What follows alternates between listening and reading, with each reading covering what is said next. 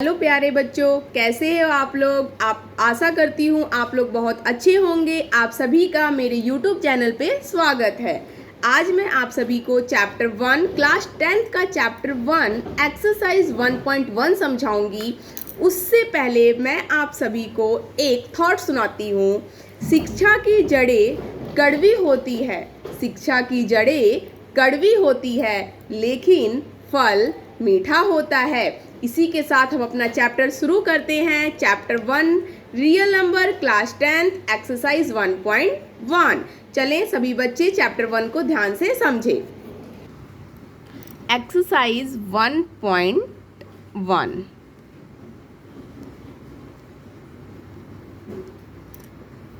Express each number as a product of its prime factor.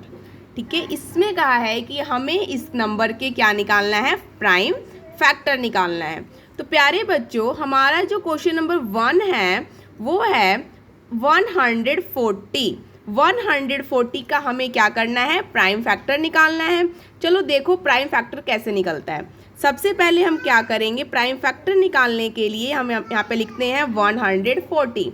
प्यारे बच्चों, कभी भी हमें प्राइम फैक्टर निकालना होता है, हमें जब इसका प्राइम फैक्टर निकालना है तो हमें इसको सबसे पहले छोटे वैल्यू से स्टार्ट करना होगा, छोटे डिजिट से।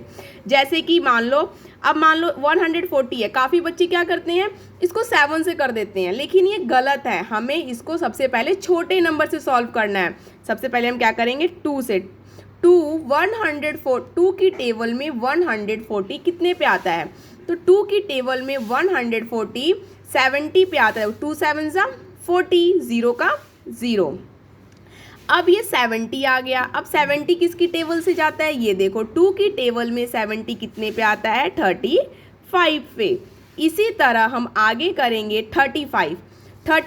देखो सबसे पहले मैं आपको एक चीज़ समझाती हूँ, ध्यान से समझने सारे बच्चे, कि कभी भी किसी भी नंबर के पीछे 0, 2, 4, 6 और 8 होगा, ये अगर डिजिट नंबर के पीछे हैं तो ये 2 की टेबल से डिवाइड होगा। किससे डिवाइड होगा, 2 की टेबल से डिवाइड हो जाएगा। ओके, तो यहाँ पे देखो 0 था तो मैंने इसको 2 की टेबल से डिवाइड कर दिया, लेकिन अब 5 आ गया। तो अब ध्यान से सोचो कि ये 35 किसके टेबल में आता है, हम छोटी टेबल में देखेंगे तो 5 की टेबल में 35 कितने पे आता है, 7 पे। 5 7 35। अब हम क्या करेंगे, 7 किसकी टेबल में आता है, ये सिर्फ अपनी टेबल में आता है। 7 1 7। हमने इसका प्राइम फैक्टर निकाल लिया। तो 140 का प्राइम फैक्टर क्या क्या निकला, अब हम यहाँ पे लिखते हैं 2 मल्टीप्लाई 5 मल्टीप्लाई 7। अब देखो हम इसको कैसे लिख सकते हैं, 2 मल्टीप्लाई 2, ये 2 टाइम है तो हम इसको ऐसे भी लिख सकते हैं, 2 के ऊपर स्क्वायर लगा सकते हैं, मल्टीप्लाई 5 का 5 मल्टीप्लाई 7। ओके, ये आया समझ में सभी बच्चों को, ध्यान से। ओके चलो अब इसी के साथ हम नेक्स्ट सम की तरफ बढ़ते हैं। ये है हमारा सेकंड सम। सेकंड क्या है, सेकंड सम है हमारा 156। ओके चलो अब देखते हैं 156 को हम सॉल्व करते हैं। ध्यान से देखना सारे बच्चे कैसे होगा। अब मैंने क्या कहा है, जिस भी नंबर के पीछे 0 2 4 6 8 होगा वो हमारा 2 की टेबल से डिवाइड हो जाएगा। तो इस नंबर के पीछे भी हमारा क्या है, 6, तो ये एज इट इज़ 2 से डिवाइड हो जाएगा, ईजिली हो जाएगा।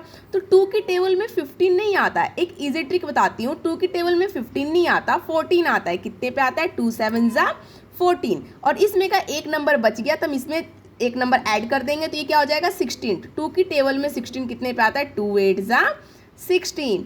अब यहाँ पे 78 आ गया, फिर से इसके पीछे 8 है, फिर 2 की टेबल से चला जाएगा, 2 3 6, फिर इसका एक नंबर बचा हम यहाँ पे पुट कर देंगे, ये 18 हो जाएगा।